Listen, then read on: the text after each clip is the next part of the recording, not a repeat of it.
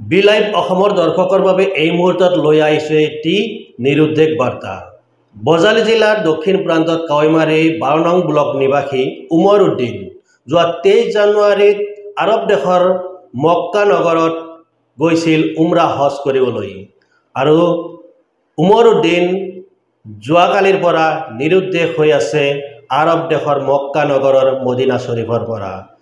আৰৱ দেশৰ মক্কা নগৰৰ মদিনা শ্বৰীফত কাৱৈমাৰী 12 নং ব্লক নিবাসী উমৰ উদ্দিনে পৰিয়ালৰ সৈতে গৈছিল উমৰা হজ কৰিবলৈ আৰু 5জনকৈ পৰিয়াল একেলগে গৈছিল উমৰা হজ কৰিবলৈ আৰু 5জন পৰিয়ালৰ মাজৰ পৰা নিৰুদ্দেশ হৈ আছে উমৰ উদ্দিন।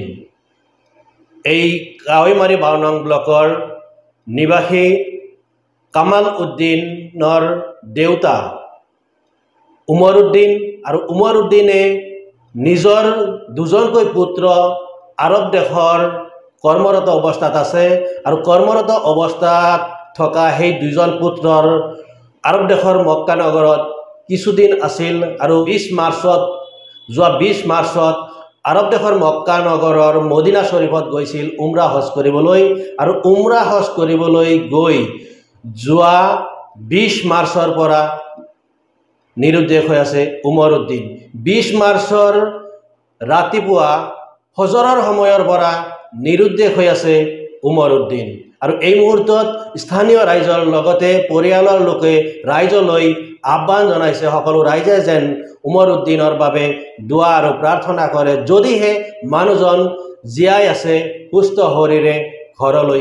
উমৰা হজ কৰিবলৈ গৈছে জানুৱাৰীৰ 23 তাৰিখত যাই কিনে আমাৰ ডাঙৰ দাদা দুটা আছে, তাত কেইদিনমান আছিল, থাকাৰ পিছত তাৰ পৰা যোৱাকালি উমৰা হজ কৰিবলৈ গৈছিল 5জন। ডাঙৰ দাদাই গৈছিল আৰু ভাগিনী এটা আছিল, সিও লগত গৈছিল। যোৱাৰ পিছত মদিনাত এক পাক দিয়াৰ পিছত আৰু এটা পাক আধাখিনি দিয়াৰ পিছত নিৰুদ্দেশ হৈছে, মানে পোৱা নাযায়। ফজৰৰ সময়ত ফজৰৰ নামাজ পঢ়াৰ পিছত নিৰুদ্দেশ হৈ আছে অৱস্থা। মানে তাতে ডাঙৰ দাদাই এটা FIR কৰিছে আৰু বাংলাদেশৰ ল'ৰা এটা আছে, তাৰ পৰা অলপ নিউজ কৰি দিছে। নাই, অসমক পুলিচক একো জনোৱা নাই। ডাঙৰ দাদাই ক'ব বুলি কৈছে আজি গধূলিলৈকে, চাওঁ কি কয়। বয়স 60ৰ ওপৰত হৈছে।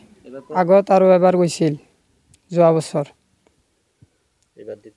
এইবাৰ দ্বিতীয়বাৰ। এতিয়া নিউজৰ যোগে মই এইখিনি আহ্বান জনাইছোঁ যে মোৰ দেউতাই তাত নিৰুদ্দেশ হৈ আছে। এতিয়া সকলোৱে দোৱা খুজিছোঁ, দোৱাৰ ইয়ত জানি মোৰ দেউতাক ঘৰলৈ ঘূৰি আনে, তাৰ বাবে আহ্বান জনাইছোঁ। মানে তাতে আছিল, তাৰ ল'ৰা দুটা থাকে চৌদিত, তাতে যাই 2 মাহমান আছিল। পৰহি তাৰমানে উমৰা কৰিবলৈ যায়। নাতি এটাৰ লগত আছে, ডাঙৰ ল'ৰা আছে, বোৱাৰীও গৈছে। বোৱাৰী গৈছে কিন্তু ইহঁতে পিছতে আছে, তাক কৈ পেলাই ৰাখিব পৰা নাই। সি কৈছে যে মই আগত যাওঁ, মোক বেগ চেগ চব দি মই তাৰমানে যোৱাৰ কাৰণে পাগলা হৈ গৈছে। সি তাৰপিছত নাতিটোৰ লগতে আছে, ই তাৰমানে আগত সোমাই গ'ল, যাই পেলাই নাতিটো অলপ পাছত আছে কিন্তু দেখা পোৱা নাই। একবাৰ দেখা পাইছে যে উমৰা কৰিবলৈ যায়, তাতে সেই কাবাৰ সন্মুখত গৈছে, একবাৰ বোলে চুমাও দিছে, এনেকৈ দেখা পাইছে। তাৰপিছতে নাইকিয়া হৈ গ'ল, তাৰপিছত আৰু পোৱাই নাই, বিচাৰি আছে। উমৰ আলী হাজী, তেওঁ আগতে একবাৰ উমৰা কৰিছে, কিন্তু তেওঁ এজন গাঁৱৰ মুৰব্বী আছিল, মানে মানুহ মাতিলে তানে গৈছে, ভাল মানুহ আছিল। তেখেতৰ কাৰণে আমি দোৱা খুজিছোঁ, দোৱা কৰিব, ঘূৰি আহিব পাৰে।